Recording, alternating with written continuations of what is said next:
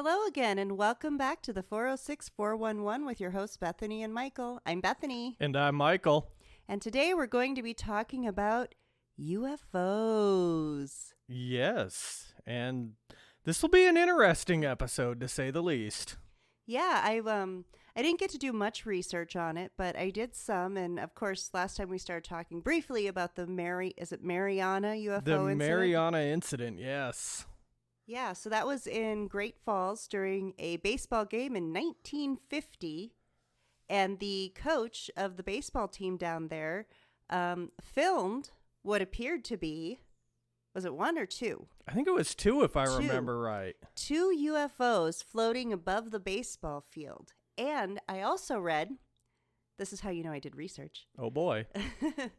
I also read that it was the first, recording of a UFO incident. Really? Where they got it on film. Interesting. Yeah, that's what I read. I don't know if it's true or not, but that's what Wikipedia said. Well, then it's got to be true, of course, because Wikipedia, and if any of my students are listening, no, you don't get to use Wikipedia.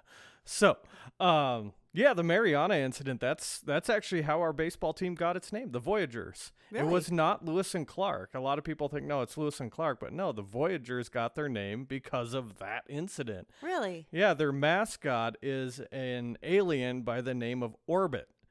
Oh. Yeah, and I mean, have you been to Centene Stadium, watch the Voyagers play? I have not.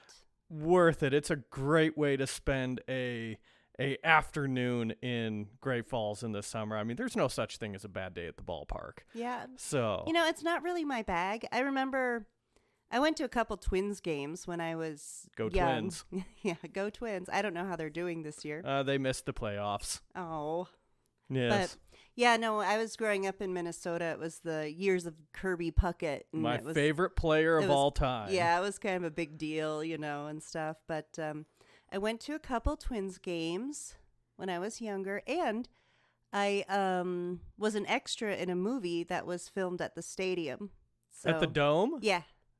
Was that Little Big League? Yes, it was. I remember that Oh show. my gosh, nobody has ever heard of that movie. Yeah, I know exactly what you're talking about. The kid that inherits the team because his grandpa died or something like that. I don't know. I've never watched the movie. How dare you? I was in it, but I never watched it. Yeah, I remember that. At least I'm pretty sure it's Little Big League, isn't it? It absolutely is, because I have a T-shirt that says Little Big League on it. Well, there you go. Yeah, right there it is. Oh, it's on YouTube and Amazon Prime, and oh boy. Well, I'll have to check it out. But I was just an extra in the crowd scene, so there's no visuals of Bethany in that movie. That's fair. I mean, heck, they have Ken Griffey Jr. as the villain in that one, and it's like, that guy's probably one of the most beloved baseball players in history, so how can he be a villain? Yeah. But no, like I said, there's no such thing as a bad day at the ball field when you go down to Centene. I know my kids, we love going down to the stadium there. It sits on the bluff there. The Voyager Stadium sits on a bluff overlooking the Missouri River. It's right by, what is it called? Pasta, Montana. And I haven't been able to figure out if that is where the original stadium was, or if that might be the original stadium. I don't know. So who knows? Our UFO incident could have taken place right above that. If anybody knows, put a comment down and, tell us if that's where the original incident happened or where it may have been. Let's hear a snapshot of players on the Great Falls. I think that is the same baseball stadium because that's Pasta, Montana, right behind it. Our producer, Lynn, has handed me a picture, thank you, Lynn, of the baseball field there facing towards home plate. So, interesting. Oh, that's cool. Yeah. But yeah, no, we've had a bunch of unexplained activity up here. So one of our listeners, Stacy, hi Stacy. Hi, Stacy. She was telling me about mutilated cows. Really? Yes, apparently, and I haven't dug in on this or anything. Apparently there is instances, like still ongoing, of cows that have been mutilated. They don't think it's a predator like a bear or a wolf or a coyote or anything. They just don't know what it is. Really? So they have no idea what it is. So the lore is that it is aliens, that it's Really? UFOs. So it's just from time to time somebody will have this weirdly mutilated cow? Yeah.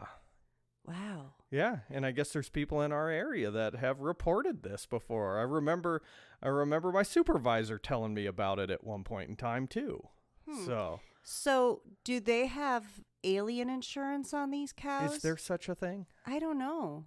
Well, I'm not an insurance agent, so. Well, it would be interesting. Do we know any insurance agents? We should definitely ask. I'm sure we could find an insurance agent somewhere. Yeah. So again, if anybody knows if there's such a thing as cow mutilation insurance, please put it in the comments and let us know. Yeah, maybe it'd be like like you get the crop insurance from weather damage. Maybe incidentals. I don't know. Right. I would have to assume that like these big beef farmers and that have their herds insured. Beef farmers? Beef farmers. I think we call those ranchers, well, but I don't know. Isn't it the same thing? Well, okay. Could you have a ranch and raise something other than beef cows? I have no idea. A sheep ranch? A goat ranch? But those chicken are still ranch? ranchers. Yeah, they're still ranchers, but Beef a farmer. specific rancher that raises beef cattle would be a beef farmer rancher. I have never heard that, and I was born and raised in this state. Well, it must be a weird Minnesota thing then. I don't even think it's a Minnesota thing. I've got family back there. Well, maybe it's just a Bethany thing. It's that. I don't know. I always called them beef farmers, but, rancher, that's, I suppose that's the proper term. The proper term. Pardon my etymology mistake. Yes, get on my level. So, but no, our UFO episode, like I said, we have that Mariana one. We have the cow mutilations. I haven't heard of much others in this area, but. Well, there is the incident where apparently, I don't know the details, but some nuclear missile sites went offline. There was a UFO in the sky, and all of a sudden, all the nuclear missile sites just went offline. Where was that at? That was near the Minuteman silos, I guess. Yeah, like where? There were like 3 or 4 areas of the country. Was that here, like up here or in Missouri or? Yeah, no, it was here in Montana. Interesting. 1960s UFOs were reported at the Minuteman missile silos. I'm sure that got them all worked up with it being the height of the Cold War. Armed and ready nuclear missiles were suddenly deactivated. Interesting. Yeah. So that's pretty interesting. I have never heard that before. So was it like only in this area, or was it taking place at the other missile fields, or? I don't know. This just says it was just in our area. But I could be wrong.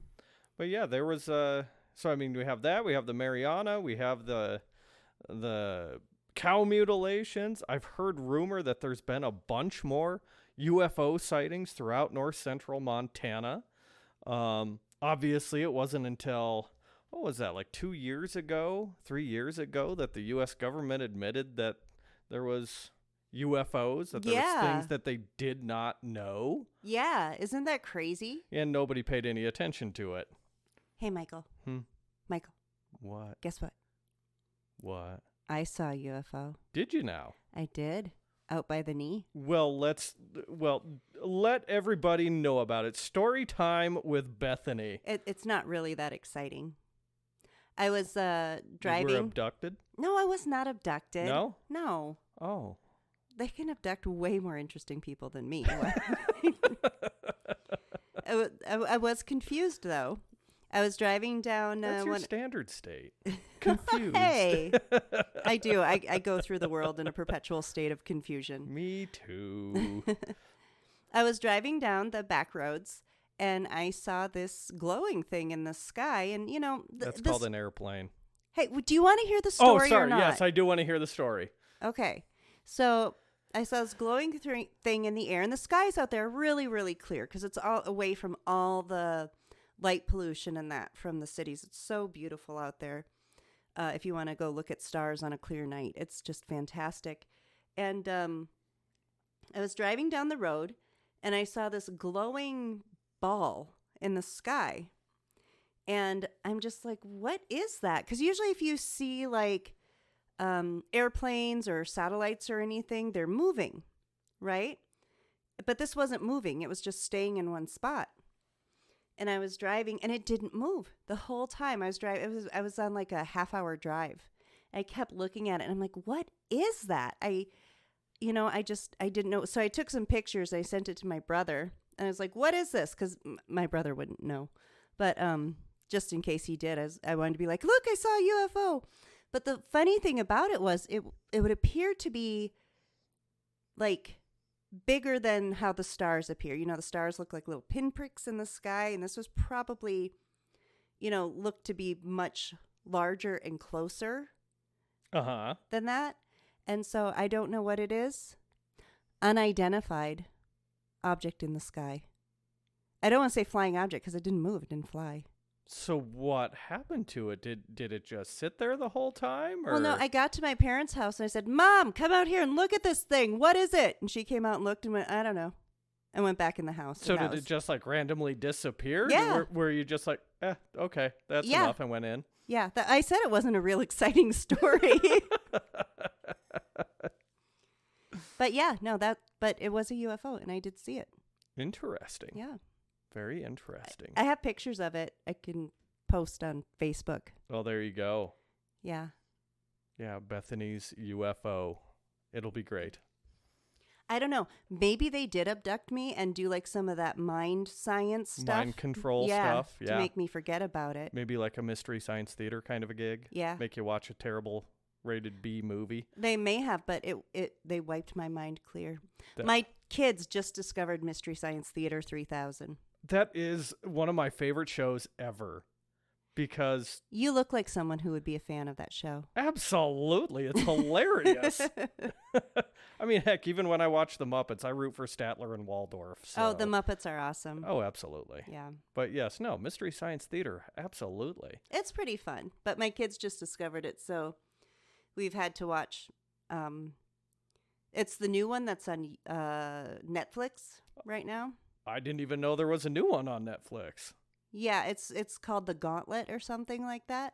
But the first episode is Mac and Me.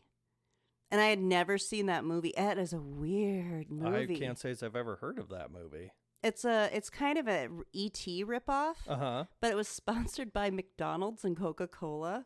Oh, and so wow. There's all this product placement for all these McDonald's.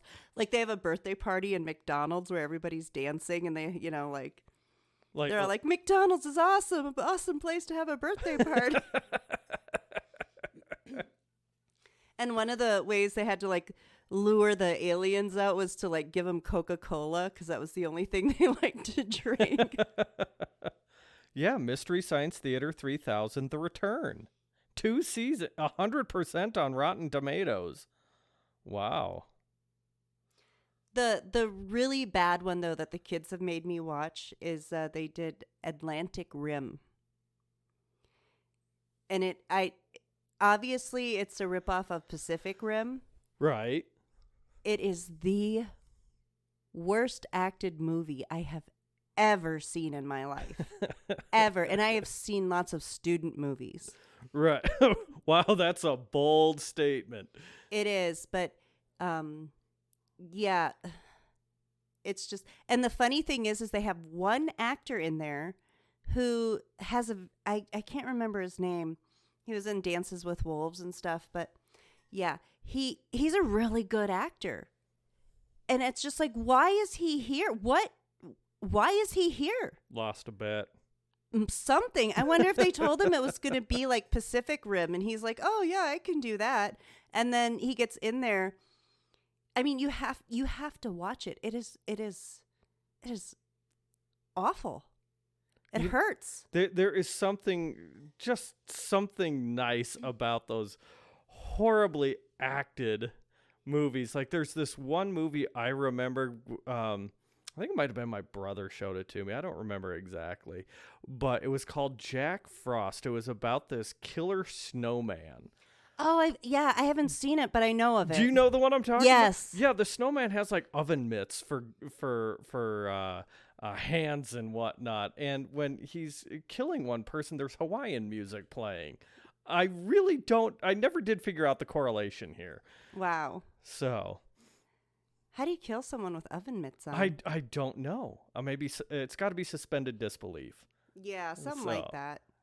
But yeah, no, I remember seeing that. Like back in the days of the Blockbuster. And Blockbuster. The video stores, and you'd walk past and you'd see all the movie covers. I remember seeing that one. Oh, yeah, that was there. Because I think there was another one that came out by the same title, not like, but 2 years after. No, I know there's a couple kids movies. Yeah, like one had like Michael Keaton in it, I think. Oh, yeah, So, but yeah, no, those movies were... Those are lovely movies. Yeah. Just to be like, oh, I feel better about my life now. So... Well, I guess we don't know very much about UFOs. We're hoping that you people will send us your stories. Absolutely. We'll even read them on air. Yeah, absolutely. We'll read them on air. And if it's particularly compelling, we may have you come on and talk about it if you'd like. Absolutely. Absolutely. And I mean, heck, even if you want to come on anyway, make up a story. We'll have you on anyway. Oh, yeah. It'll be great. You can reach us at 406-411-podcast@gmail.com. And you can find us on Spotify and YouTube, and you can check out our Facebook page. And the Facebook page, yes. So yes, like, follow, subscribe, whatever. Send a carrier pigeon. I don't know. So it'll be great. We'll do all that stuff. And if you're watching us on YouTube, please leave us a comment. And if you don't know what to say, put a little alien emoji. An alien emoji. An alien, or do they have UFO emojis? I don't know. Don't know. We'll put something spacey down there. So. No, outside of that, no, I don't know much about the UFO side. No, it'd be interesting to learn because, like, just doing a little bit of research, it seems like there's quite a long, storied history. See, I always went down the rabbit hole of ghost stories more than UFO stories. Oh, do you want to hear a story? More story time with Bethany? Sure, times this in one's one a podcast? bit more interesting. This one is a bit more interesting. I don't know. That other one set a pretty high bar. Hey, fine. From now on, I will cut you out of all my UFO stories. Okay. So, we went down to, I lived in Dillon for a little while. Oh, absolutely. Love Dillon. And there is that little ghost town. What is it called? What, Bannock? Bannock. Yes. My parents and my kids and I went to Bannock, and you can bring your dogs with. And we were walking along, looking at all the buildings and stuff, and we got to the hotel. And, the dog had been being super good, had him on the leash, super good walking along. We get to the hotel, and I'm going to walk in, and all of a sudden the dog just stops. Stops in his tracks right there. Just stops dead. Won't move. And I'm pulling on the leash. I'm saying, come on. Won't budge. Refuses to go into the hotel.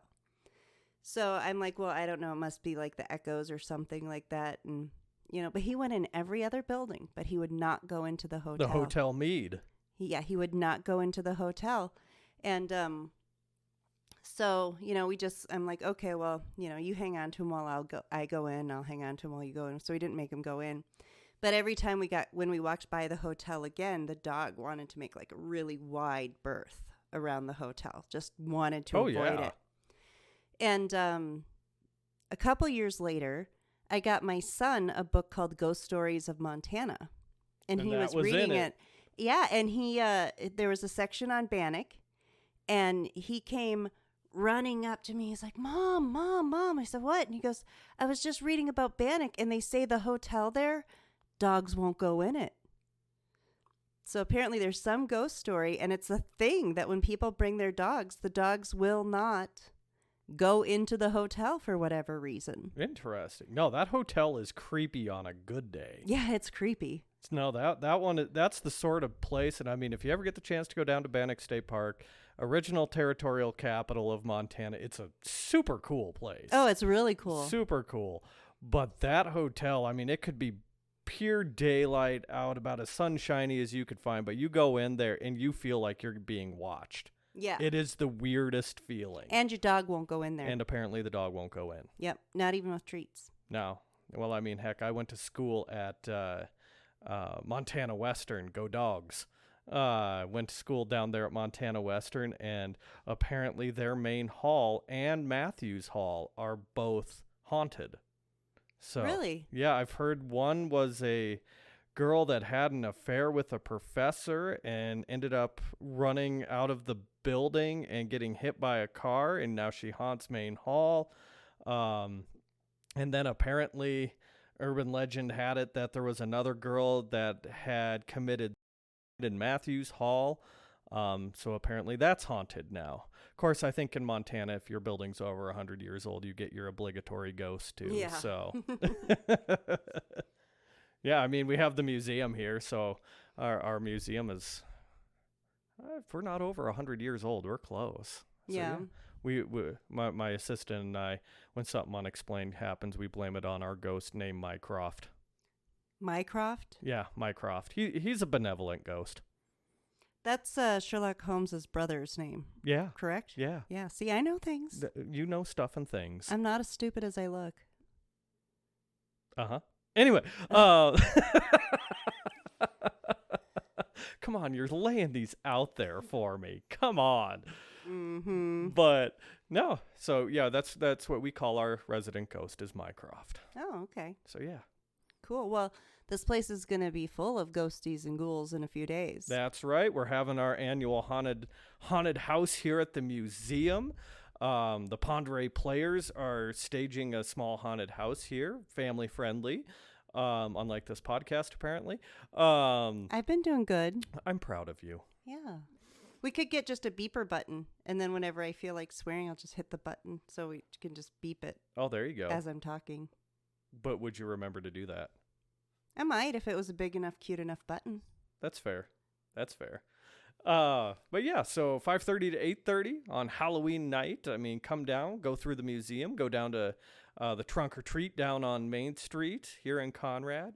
So it's a fun time. So we're gonna have we're gonna have Medusa up there. We're gonna have Beetlejuice. Well, I think there will be a few familiar faces as you walk through, and then maybe a few new things too. So That is very true. So yeah, no, we're very excited. I mean, heck, where we're recording at right now is draped in black for the haunted house right now. So yeah, it scared me when I came in. it is a little disorienting to say the least. So, but no, come on down. It's a good time. So yeah, have fun with it. Outside of that, no, the Ponderay players love doing it. And we have a awesome space to do it. So, yeah. All right. Well, I think we'll wrap up this one for now. If anybody has any cool ghost stories or anything they'd like to share, Alien stories, you let us know. We'd love to hear from you. Absolutely. Yeah. Send us an email at 406-411-podcast@gmail.com. Hey, you remembered it. I got you. So yeah, send us your story there, or you can follow us on Spotify, YouTube, Facebook, at the same address, 406-411-podcast. So yeah, be good and be nice.